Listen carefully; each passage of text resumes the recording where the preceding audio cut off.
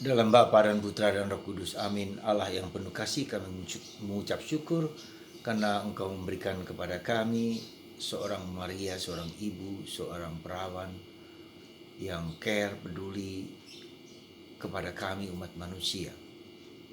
Karena kemurnian hatinya, ketulusan hatinya, yang mendapat anugerah yang luar biasa ini menjadi ibu Yesus, yang melahirkan Yesus, yang merawat Yesus, membesarkan Yesus, dan memberi nilai-nilai ilahi di dalam pribadi Yesus. Berkatilah kami supaya kami meniru, meneladan Maria dalam hidup kami sehari-hari. Terpujilah namamu kini dan sepanjang segala masa. Amin. Para saudara, keluarga Karmel hari ini merayakan hari raya Maria Bunda Karmel, Maria dari Gunung Karmel. Maria Karmel adalah Maria, gelar yang diakui oleh gereja, yang diterima oleh gereja sebagai ibu, ya, bukan hanya para Karmelita tapi ibu kita semua, ya, ibu yang berjuang untuk mencapai puncak Karmel, yaitu Yesus, dan kita semua dipanggil kepada puncak Karmel. Bagi Karmel, Maria merupakan seorang perawan, seorang bunda, seorang semarak Karmel, seorang bunga Karmel, seorang yang dilahirkan untuk membantu keselamatan yang dibawa oleh Yesus.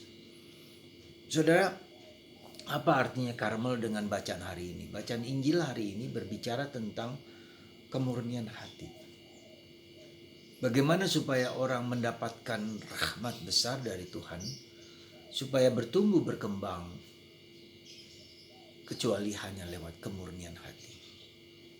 Puritas cordis. Ya. Dan itulah yang bacaan Injil hari ini mengatakan Yesus, Allah menaburkan benih kebaikan. Allah menaburkan benih keselamatan. Allah menaburkan kesejahteraan, kedamaian. Tapi membutuhkan jenis tanah yang seperti apa. Yesus membagi beberapa bagian. Tanah itu pertama-tama yang tidak ada tanah, batu-batu saja, hanya batu saja. Benih itu ditaburkan di batu-batu ini tentu tidak tumbuh. Ya.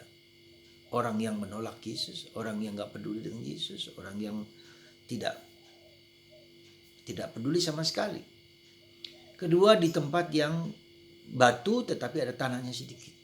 Ya, dia suka, dia senang, tetapi ya hanya begitu saja cuek. Jadi dia hanya mendatang ke gereja, dia hanya ikuti segala yang diminta itu gereja, tapi tidak ada turun, akarnya itu tidak masuk, hanya tumbuh sebentar habis hilang. Jadi kalau ada ada burung makan ya selesai. Pagi ditaburkan, sore sudah habis.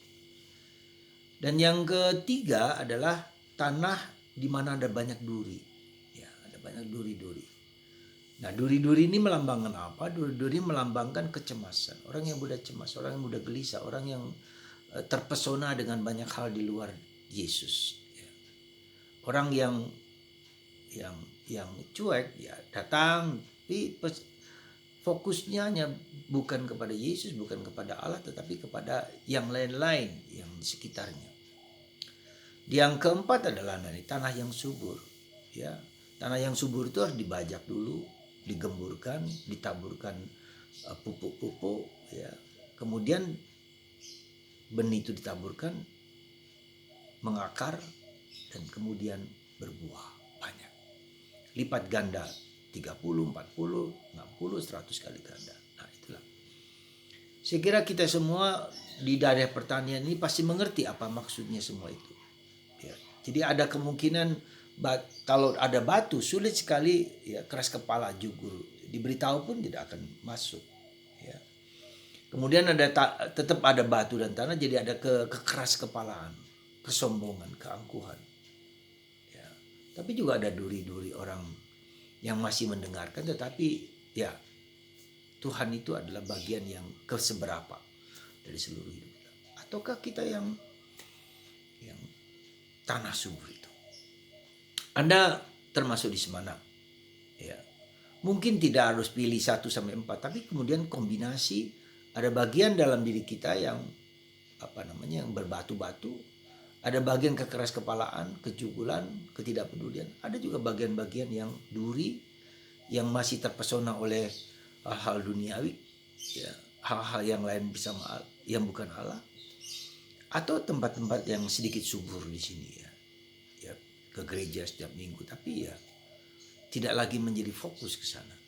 Nah, saudara, kita mungkin kombinasi dari kemungkinan-kemungkinan itu. Ya. Nah, bisa kita lihat dari mana kita bisa tahu bahwa kita kombinasi? Ya kalau ada buahnya. Buah itu misalnya ada semangat membara untuk ya, semangat yang bergairah untuk Tuhan. Ada semangat bergairah untuk melayani sesama. Ada semangat jatuh bangun ya, meskipun salib penderitaan tetap berusaha berjuang.